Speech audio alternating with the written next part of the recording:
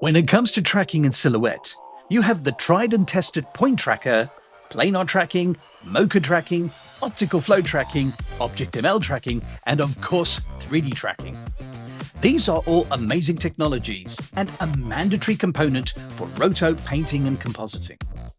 As part of our ongoing effort to make things even easier for you, we decided to revisit the classic point tracker and give it some ML love, which I'll think you'll appreciate.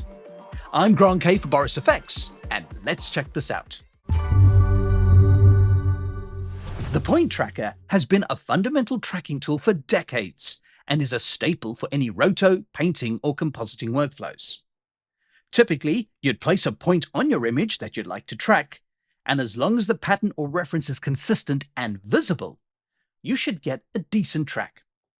Realistically, reality never works that way all the time, and you might be tracking an object going off-screen or something gets in the way of the reference. You can overcome this with manual intervention, but we thought ML might be able to help in these cases. Let's take a look at a couple of examples. Here we have a skateboarder, and he's weaving on the path with his bottom half going on and off screen. Now, as part of our paint or roto task, we need to track this part of his shoe. Let's look at how the classic point tracker handles this. Using Option on Mac or Alt on Windows, we'll click and add the point tracker. We'll also make the boxes slightly bigger to get a decent reference pattern. Ensure the mode is set to Classic and press the track button. The analysis begins, and we can see the keyframes being created. Now, before we even get to the edges of the frame, the reference is changing and loses the track. No point in letting this finish. We'll just stop the analysis. This is a typical weakness of the point tracker.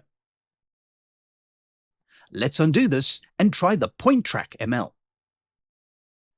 The feel on the analysis will be slightly different, but the point tracker is locked on. This is because there is now a large awareness grid around the point tracker, and the ML is trying to figure out what it's tracking in order to deliver a locked track. Even with distractions like going off screen, occlusions, and motion blur, this is not a 100% guaranteed solution, but the point tracker now has a much higher chance of success. To validate this, we'll turn on the Viewer Stabilization and lock it to the point tracker. Looking at this result, we definitely have a much better track that can be fed into the rest of the compositing pipeline. Now, going off screen is one situation. Another common challenge that happens all the time are things getting in the way when tracking. I'll switch over to another session and play the next example. This time, we need to track the buckle on the lady's bag. Zooming into the shot and taking a look at the frames, we have that common situation of hands and straps getting in the way. Let's first use the classic point tracker again to see what happens. We'll add the tracker to the shot and resize it for the bag and buckle. Once again, remember to set the mode to Classic and start the track. As soon as the hands get in the way, the track is lost. We'll undo the failed track and switch the mode to Point Track ML. Now, before we track the shot, I would like to mention the accuracy pull-down menu. The accuracy settings use different options with the AI to understand the track.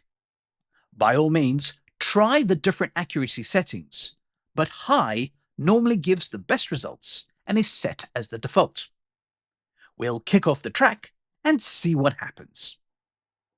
As the hand and strap cover the bag and the buckle, the Point Track ML holds onto the track and produces a very decent and usable result.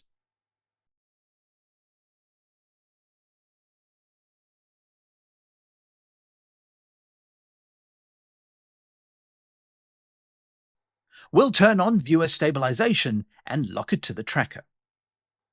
That's pretty solid, and it's saved us a lot of time. Silhouette brings in the point tracker of the future, adding one more tool for this invaluable and inescapable VFX task. If you want more, let us know in the comments. We also have the official Boris FX forums and Discord server for bigger discussions. Links below. I'm Grant K for Boris FX, and see you next time.